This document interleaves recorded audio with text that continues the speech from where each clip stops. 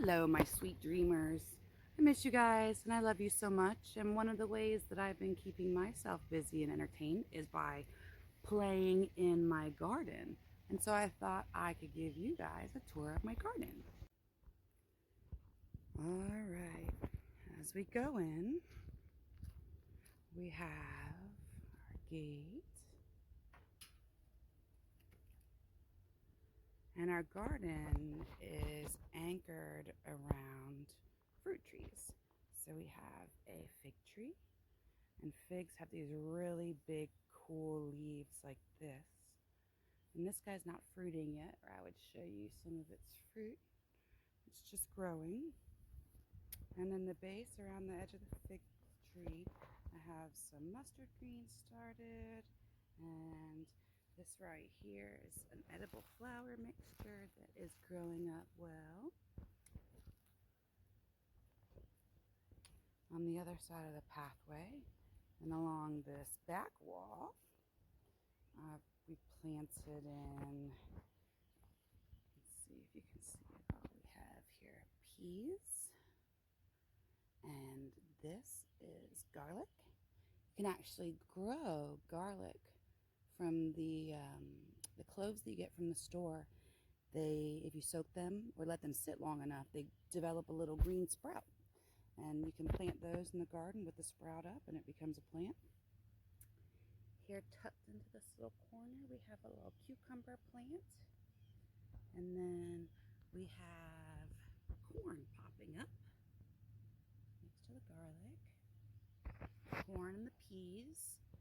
The goal is that hopefully the corn will grow up and the peas can grow on the corn, because the peas are really cool. You see they have these little tentacles that shoot out of the end, and those tentacles grab onto things around them so they can support the weight as they grow up. So when you plant peas, you have to give them a trellis to climb. See, they've latched on, they've wrapped handles around. So we got peas and mustard and corn. And then on this side, right here, is a pear tree. And this is the pear tree. It's not fruiting yet. And another fig tree. This is a different variety of fig. You can see its leaf is a little narrower. Not quite so, it got more like fingers to it than the other fig. And growing at the base of the fig tree is some lemon balm. And lemon balm is kind of like mint in the fact that it is rather invasive. And this started with a little sprig, and I don't know if you can tell, but the lemon balm has spread out to include the whole backside of this bed with little baby lemon balms, and all around this ledge, all those little green babies. There's more lemon balm spreading. Oh, trying to stay out of the shadow. We also have here a little baby sage plant. And sage is really cool because sage is one of the things they use to flavor sausage. And sage is identifiable because it's really like textury leaf they have. And when you rub it a little bit, smell it, smells so good. Here we've got some more mature mustard greens. They're really pretty. They have these like really identifiable leaves, as opposed to the kale, which right here, this is the kale. It doesn't have the same kind of like fingers. It's got a rough texture, almost a prickly texture. I think that's why it grows so hardy. It's almost like its own defense mechanism to have these like prickly texture to them. We got kale here, and then this right here is oregano. Best way to smell and experience your herbs is to rub your fingers through them, and get to smell your fingers. This is really good.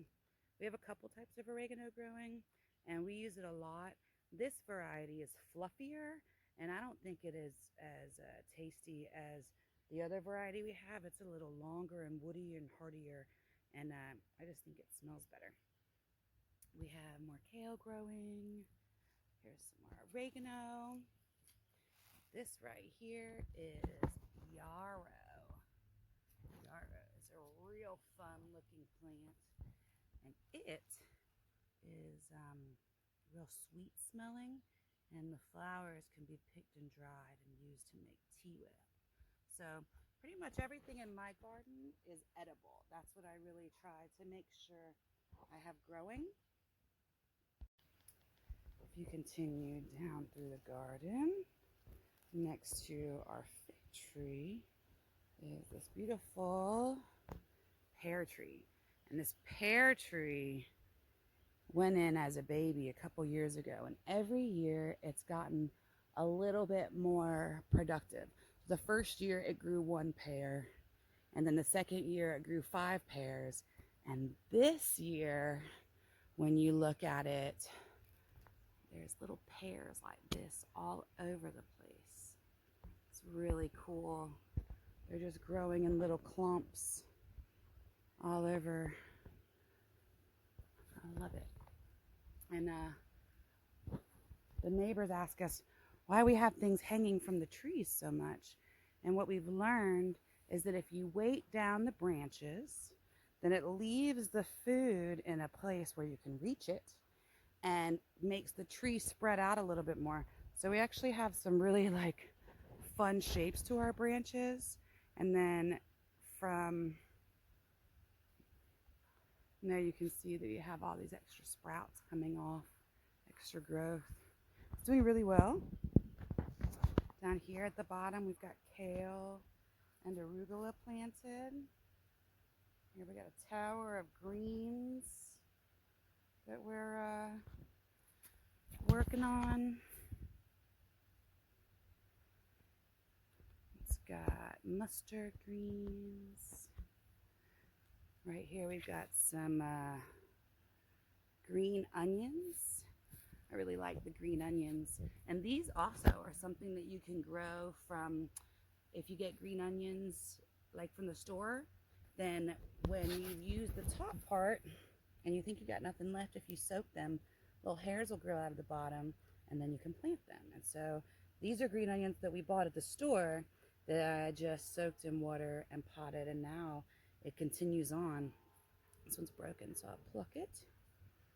Oh, it smells so good. I don't even like raw onion, but for some reason these are just mild enough to be a wonderful flavor. This right here is really cool. It's really pretty. This is called red vein sorrel, and it is a leafy green that you can eat.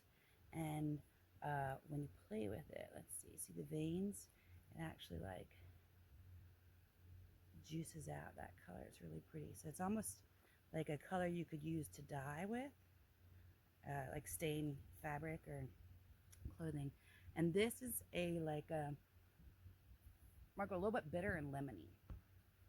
So far you've seen the mustard. And the mustard tastes spicy, like a mustard. The kale is a little bit more like nutty than the mustard. But then there's also arugula. We got arugula up here. This is the arugula. And you're right, arugula is like a peppery green. It's a little spicy. We're doing trays of microgreens, so when we're hungry and just looking for a little snack or a little addition to our meal, we can come out here and give this guy a little haircut and sprinkle it into our food, and it's really tasty. Down here, we got a boat full of peas and greens that Mr. Renato made that boat out of pottery and clay. We fired it and filled it with plants. Over here, this is interesting right here.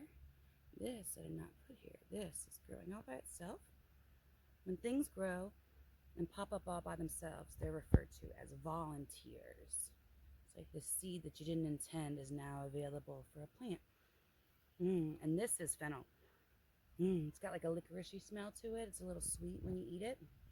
And the reason that it's here is because way over here boom, boom, boom, is its like parent plant that it came from.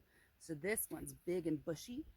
Fennel is like, I don't know, it's really tasty. And you can see it grows in these chunks like this. So what you can do is, I like the greens to add to salads also. But then you can break this whole chunky base off and slice it up and saute it, and it's really, really tasty as part of your meal and like a salad. I like it a lot. Here's some of the arugula that everything in the garden is a constant evolution. So plants and seeds go in at different times and are allowed to do different things. And this arugula right here is starting to seed. You can see these teeny little seed pods. And I like arugula so much that I'm letting this be. I could pluck these and eat the flowers, but I'm ready for these to just make new baby plants. So I'm gonna let these seed pods grow until they dry out and open up and sprinkle all in this area, and we'll have a whole lot more arugula. Behind the arugula, I have rows along this wall of blueberry plants. These blueberry plants, I'm sandwiched by that right there, which is a pineapple sage. And this pineapple sage plant started really small and then bushed out really big, and it is really like unique and delicious. It's the got that textured leaf just like the sage plant from before. It's in the same family, so there you go. You can see it's got this like hardy texture to it. It almost feels like velvety. But this, when you rub it and smell it, it smells like pineapple, and it's really good. And it's actually, if you're eating a sandwich, a ham sandwich, and you just put some mayonnaise and some pineapple sage on there, it's almost like a substitute for lettuce and pineapple on your ham sandwich. It's really, really good. So we got that. We come across from here. Our anchor, like I said, our yard is and garden is anchored by fruit trees. So in the middle of this circle over here, we have a peach tree. Now it's not fruiting yet. It was located in a different spot and we moved it. And it suffered a little bit when we moved it. But as you can see, it's coming back really well. The peach tree leaves are longer and skinnier.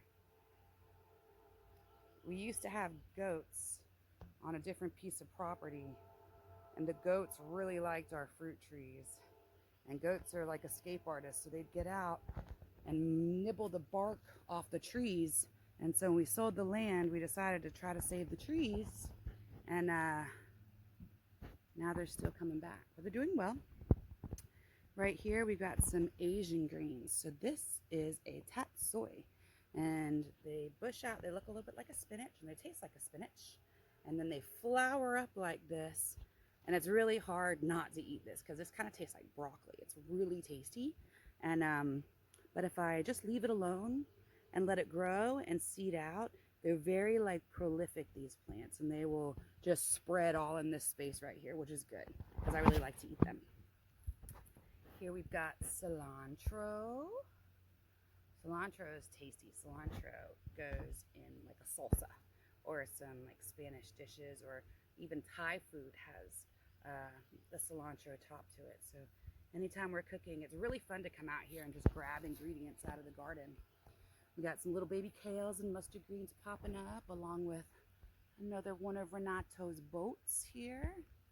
He's got some peas growing in there and some greens at the bottom. So these greens are flowering out, which means that they'll seed out and they'll keep growing more plants, which we like. We come around here. We got more of the oregano, and this is the other oregano I was talking about. It's a little bit more like the leaves are shaped a little different. They're a little furrier, and the actual stem itself is like more woody. But when I smell my fingers, oh, the smell is just not even comparable. The other one is a little bit, it's just not as tasty. It doesn't smell as good. I got a little bit more cilantro growing up back here. Right there is tarragon. Tarragon is so good. And it is I don't know, I guess it's a little bit like licoricey, kind of like the fennel, but in a different way. It's not like a sweet, it's like a cross between the fennel and the basil. I don't know, it's delicious. I love it. It's really good in like a chicken salad, or I don't know, it's just got a very delightful flavor.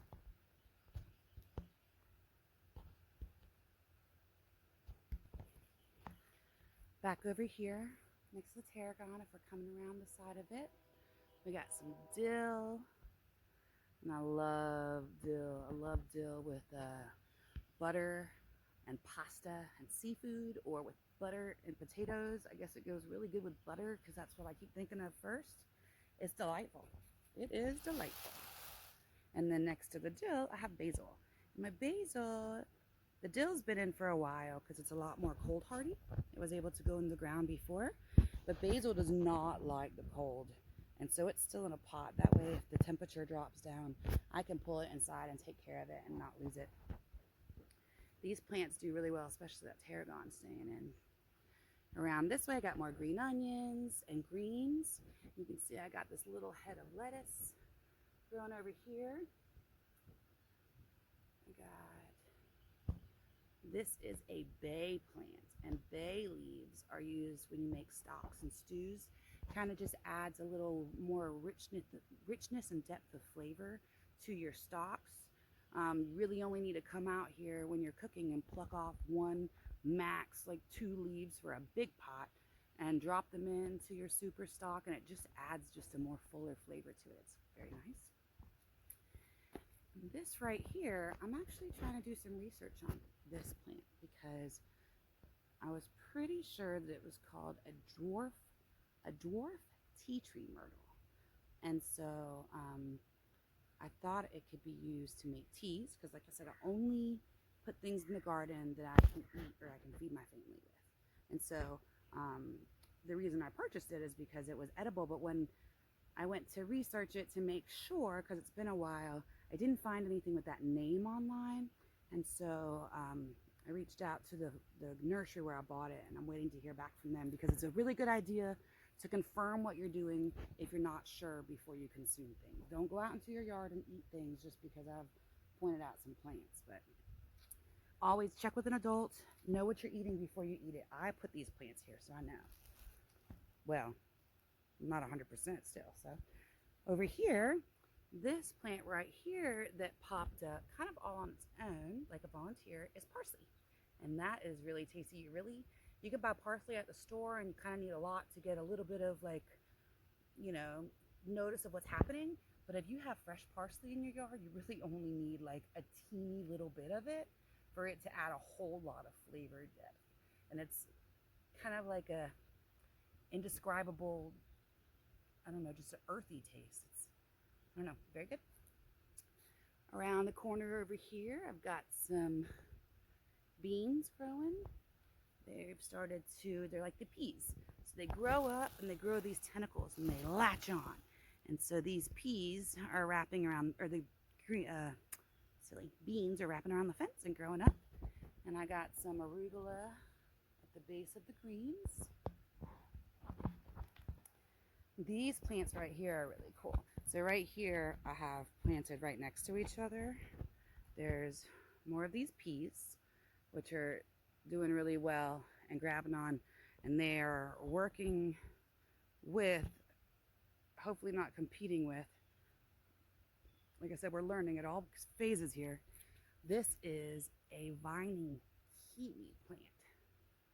So it has come up and wrapped itself around this wire and looped around to the fence. And I don't know if you can tell like how much this like weaves and wraps. It's really spindly and grabbing on, and it just started bushing out the other day. It's really nice.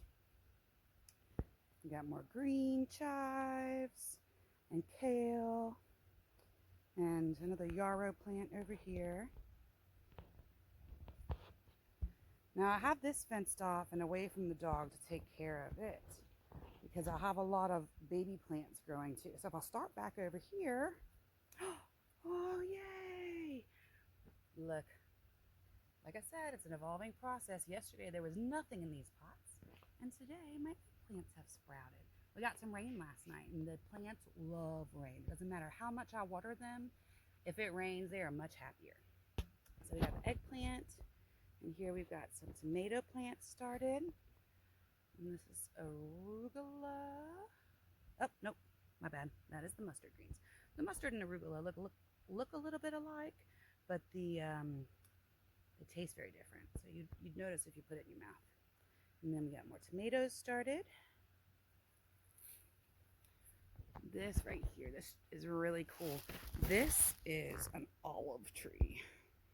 I have two of these happening. This one's really big, but it's not blooming. And this one right here is a lot smaller, but as you can see with this guy, it is already blooming. And I think that has a lot to do with the size pot that I put it in. I got really excited about that other olive tree and put it in a ginormous pot. And really the root structure of a plant likes to be in likes a little hug too. You know, it doesn't want to have this vast space because it can be a bit overwhelming and hard for the plant to manage. All right, so here we've got little cayenne pepper plants that are starting, and this right here are some squash zucchini plants that have started. Zucchini. That big, huge olive tree really needed some attention, and so I clipped it, and I'm hoping to propagate it a little bit. That means I'm hoping to get more baby trees off of this. So we got more squash, and then over here, I've got my first watermelon started. Yay! I propagated the bay plant, so I've got little bay plants. And I scooped out some of the lemon balm, so I've got some extra lemon balm plants. And here I've started seeds of a bunch of herbs. So I've got chamomile, and basil, and sage. Hi, sage. And oregano. And this right here is a lemon tree, a baby lemon tree. And a little baby fig tree. This is a propagated tree. So every time we have to trim our trees back, we keep the clippings and try to root them to make more baby plants. Every year when the winter changes, I try not to get rid of the plants that die just in case. I wait till the next season after it starts to get warm and then, you know, like chop them up and use them as I need then. But I noticed that this thyme plant had a little bit of green sprigging out from the edges. And at this point, it's coming back a lot. And thyme is great. Thyme is really good for seasoning beef and steak, which I love. So I like coming out and having fresh thyme to put on things. It's tasty. Let's see what else we've got here. We've got greens growing. Another lemon tree, peas. Oh, this is the cucumbers. Okay. So one of the reasons gardening is also recycled arts is because you can save a lot of your containers that you would throw away to use as vessels for growing plants. So this is a lettuce container and toilet paper rolls. And so what happens is that when you plant a seed, the roots spread out and can get tangled with other plants around them. And so when you start it in a little baby pot and want to move it up, if you have to untangle them, sometimes that damages the root system, and some plants are more sensitive about that than others. So these cucumbers, which I knew was going to be, they were going to grow into big plants, I wanted to be able to keep the root system separate. So I used a lettuce tray and toilet paper rolls and soil and put my seeds in there, and then when they got a little bigger, I just transferred them into bigger pots. It's about 2 weeks between each step. So it wants a little baby home for 2 weeks. I did the same thing with the mushroom container and toilet paper rolls, and these are tomato seeds. And so I put the tomato seeds in here, and once the roots start growing out the bottom, then you can repot them into a bigger planter and let them go. So these are my tomatoes that I started as well. I started them a little early. They're not doing very well. That's why I started some fresh ones. They're about ready to go into bigger ones. See anything else? I think that At the other entrance to the garden, I have it flanked with these ginormous pots that contain goji berries. So these goji berry plants, they bush out and flower out and have these bright red berries on them that are supposed to be really, really good for you. It's ironic because they're just, I don't think they're very tasty, but you can cook with anything and make things delicious. So outside of our garden walls, we also have some other plants that are doing really well. And this is a rosemary bush that is it smells so good.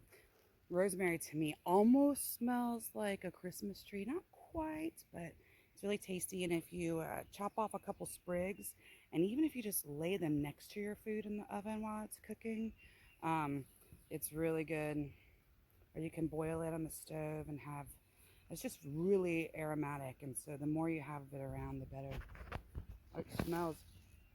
And here again is the oregano. This is what I was talking about, is how well this like woody patch of oregano does. It was put here as just a little sprig, and it has just spread all, with a baby fig, spread all the way down this like outer rim to where we have this beautiful, fabulous, amazing blackberry bush that is just doing so well. It's just got berries all down, and I don't know if you can tell, just they haven't started turning black yet, but I can't wait till they do. Got our roses underneath, and then there's two different types of blackberries happening over here. This one is a big bushing one, but then down here at the ground you can see that we actually have a wild berry bush happening too, and so there's a ton of fruit here. A lot of times when you're driving down the street and you look over and you see these little random patches of white flowers, what happens is the birds eat the berries, and then as they're going about their daily activities and daily duties, those seeds get spread back out to wherever they go, and it makes them just really go everywhere. So all down our fence line on this side, you can see just those white flowers peek out, and every year they've spread further to where we just have a ton of blackberries about to come out. It's really cool. On the outside of the wall, we were able to grow some more greens, because what happens is that the wall holds the heat, so in the winter time when the soil is too cold, I can still get stuff to grow out here because the wall keeps the soil warmer in the evening because it holds the sun from the day. So this is the pineapple sage that's so tasty, and kale, and we got some dill popping up around here, and something else has decided to join us over here. I sometimes just walk around and sprinkle seeds randomly, so I don't always know what's popping up until it gets a little bigger. Now, something that is our pride and joy is this chocolate habanero plant, which peppers need a lot of heat to fruit and produce. And so this guy right here is not producing currently, but this is like the big pot that we bring inside every year to take really good care of, because it's just magical. When it blooms, this is a very large size for a pepper plant, and it's because we take care of it. You can tell by its like stalk here. It's really thick. Baby's like maybe 5 years old, and we really just bring it in every year. We stuck down here a little nugget of ginger, so this little piece has popped up, so I might have to pull that out so it doesn't compete with this pepper plant, but a piece of ginger is real happy. So we got the baby lemon tree, and then we have also got this bigger lemon tree. And the irony is that we used to have a large lemon and lime tree, and the big ones died. I guess I didn't care for them properly. And at some point, I must have clipped off of them, because over the years, these have grown up, and now we have new trees. I'm just waiting for them to fruit so I can see whether they are the lemon or the lime.